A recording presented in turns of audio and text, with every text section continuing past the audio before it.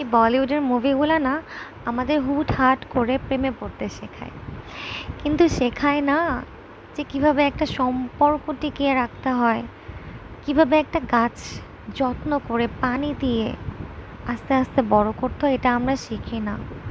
কারণ মুভিতে দেখো না, যেই সময়টাতে নায়ক নায়িকা প্রেমে পড়ে যায়, দুজন দুজনকে পেয়ে যায়, অনেক স্ট্রাগল করার পরে মুভিটা তো শেষ। তারপরে কি হলো? তাদের বিয়ে হলো, বাচ্চা কাচ্চা হলো। এই যে একটা দীর্ঘ সময় তারা কিভাবে একসাথে থাকলো, তাদের নানান রকম ঝড়ঝাপটা গেল, স্ট্রেসে পড়লো, মুড সুইংস হলো, একজন আরেকজনের রাগের সময়টা, খারাপ সময়টা কিভাবে পাশে থাকলো, এটা তো শেখা হলো না।